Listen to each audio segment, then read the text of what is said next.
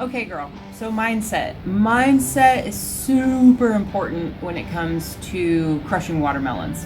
The number one thing I want you to remember is that beliefs control everything. Everything. One of my favorite quotes is from Henry Ford, and it's whether you think you can or you think you can't, either way, you're right. We have to realize that we do have a lot of limiting subconscious beliefs, and it's like a program. They're programmed in there, and we've been creating them since we were born. Primarily ages 0 to 8 years old is a majority of when we develop our limiting beliefs, which aren't true. And I'll give you an example. You have a younger sibling, and your mom is in the kitchen cutting up an apple, and you're sitting trying to tie your shoe for the first time. And your younger sibling is in her high chair, flailing about. And as you're trying to tie your shoe, you say, "Mom, help, I need help." And your mom looks up and she looks over at your little sister, and your little sister is about to fall out of the high chair, face forward. And she looks at you and she says, "Hold on, Courtney, I'll be right there." And she runs over to your little sister, grabs her, fixes her up in the high chair, and then she comes over to you. Now, what you potentially will create is a belief that your mom loves your sister more than you, or that your sister takes priority. And so for whatever reason, when you're older and y'all get together at Christmas, you want to punch her in the face and you don't know why. So it's these beliefs that we create, and they're 70% of them or more are limiting, meaning that they're not useful and they're not accurate. Because is that true? No, your mom was just being a good parent and didn't want your sister to fall out of the high chair and break her head open. So you see, we create these beliefs and then we hold on to them. And over time, they just layer and layer and layer. And because our subconscious mind is so much more powerful than our conscious mind, it takes over. Which isn't necessarily a bad thing, because if we had to remember to blink our eyes and have our heart beat and know how to walk, that would be really strenuous. You know, you ever drive somewhere and then all of a sudden you get there and you're like, "Oh my gosh, I'm here." That's your subconscious taking over. Now, the downside to that is also when our limiting beliefs take over. So the very first step is to become acutely aware of what your beliefs are saying.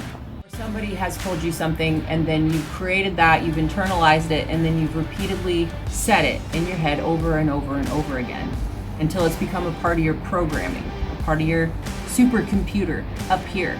Without awareness, there is no problem to solve. A majority of human beings are going through life without any awareness that they even have self-talk. What that means is you need to start observing your thoughts. But as soon as you start to recognize that whispering in your mind, just observe it. Just observe it. Isn't that interesting? Step 1, become aware. Okay. Then what we're going to do is name that voice in our head that tells you you're going to be shit at this. You're going to go out on that stage and you're going to bomb. What if you forget your lines? You should have studied harder. All these things that start going off in our head. So you become aware and then you name it. Aunt Bebe. Okay, Aunt Bebe. Come up with a name. Aunt Bebe. And you might have 10 voices, and that's totally cool. You can come up for names for all of them, right? We all have voices. If you hear voices in your head, you're not crazy. That's legit normal. It's just if the voices start telling you to do certain things and then you start robbing banks and stuff, then we potentially have a problem, okay? But you say, "Okay, Aunt Bebe." You interrupt Aunt Bebe. Because now that you're more aware of Aunt Bebe, "Okay, Aunt Bebe." As soon as you get used to that step, then you interrupt. "Okay, Aunt Bebe." "Yep, nah." Then you flip whatever it is that Aunt Bebe's saying. "You are so disgusting. Look at you and your cellulite, you fat piece of shit." "Okay, Aunt Bebe." "Damn, I am looking good. I am strong. I am powerful. I am..." And you keep repeating that. And then just pick a piece of that. "I am strong. I am powerful. I am strong. I am powerful. I am strong. I am powerful. I am strong. I am powerful." And you keep repeating it until it creates a new thought. And then Aunt Bebe starts to get quieter and quieter and quieter. We have to remember that the mother of all skills is repetition. Repetition is the mother of all skills.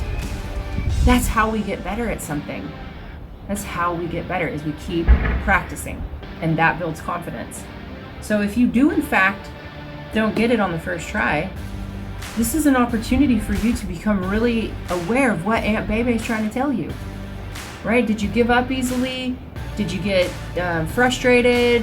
What was going on with you? Observe all that stuff. It's not over once you go, and if it doesn't go straight away.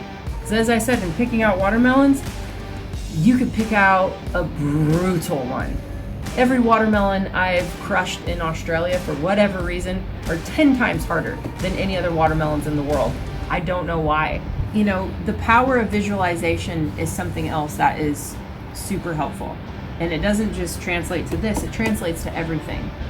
And there's something called the reticular activator in our brain that when we visualize things, that wakes up this part in our brain where then it starts to make things happen, aka manifest.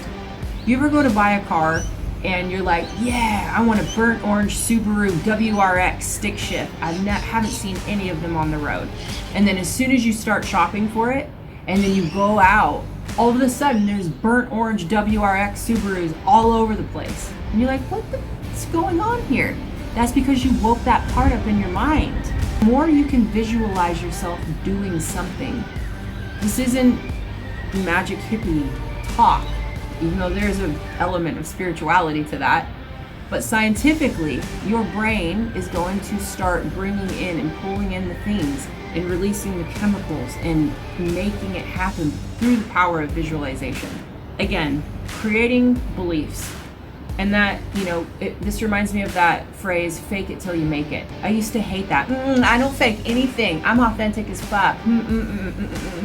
Hated it. But what that means is sometimes you might say something and you don't fully believe it, but the more you say it, the more you then believe it. It becomes repetition. And again, remember, repetition is the mother of all skill. And that's how we get better at something. Repetition, repetition, repetition. Beliefs are very powerful. Repetition is the mother of all skill. And the power of visualization is key. Not just for this, but in anything in life. Take those 3 tips with you and get to work.